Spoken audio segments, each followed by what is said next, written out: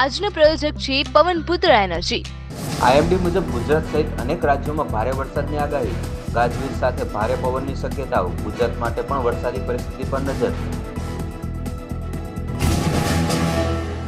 Bhupendra Patel America અને કેનેડાની મુલાકાત લેનાર છેલ્લા 25 વર્ષથી વધુ સમયના પ્રથમ ગુજરાતના મુખ્યમંત્રી બનશે।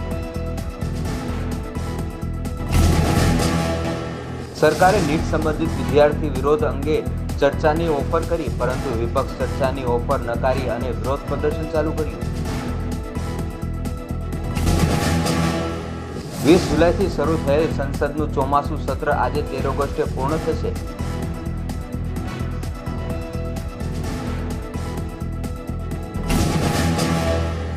એન ચંદ્રશેખરને ટાટા સન્સના ચેરમેન પદેથી રાજીનામું આપ્યું। તેઓ હાલની મુદત પૂર્ણ થશે।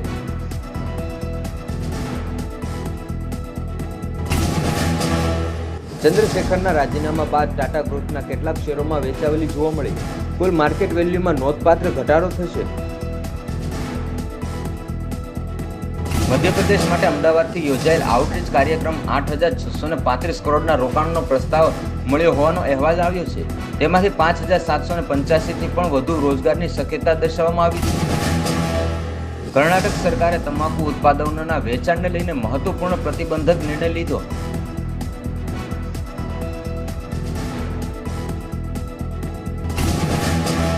ગુજરાતમાં સારવારના વધતા ખર્ચને કારણે હેલ્થ ઇન્સ્યોરન્સ ક્લેમની રકમમાં વધારો થઈ રહ્યો હોવાનો અહેવાલ સામે આવી રહ્યા છે।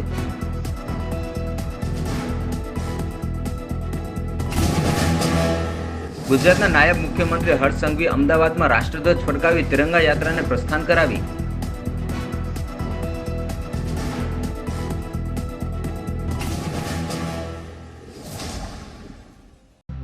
આજનો પ્રાયોજક છે પવનપુત્ર એનર્જી, જ્યાં તમે તમારા ઘર, factory, apartment, school, college, hostel તેમજ આપની જમીન પર સોલાર પ્રોજેક્ટ કરી આપીશું।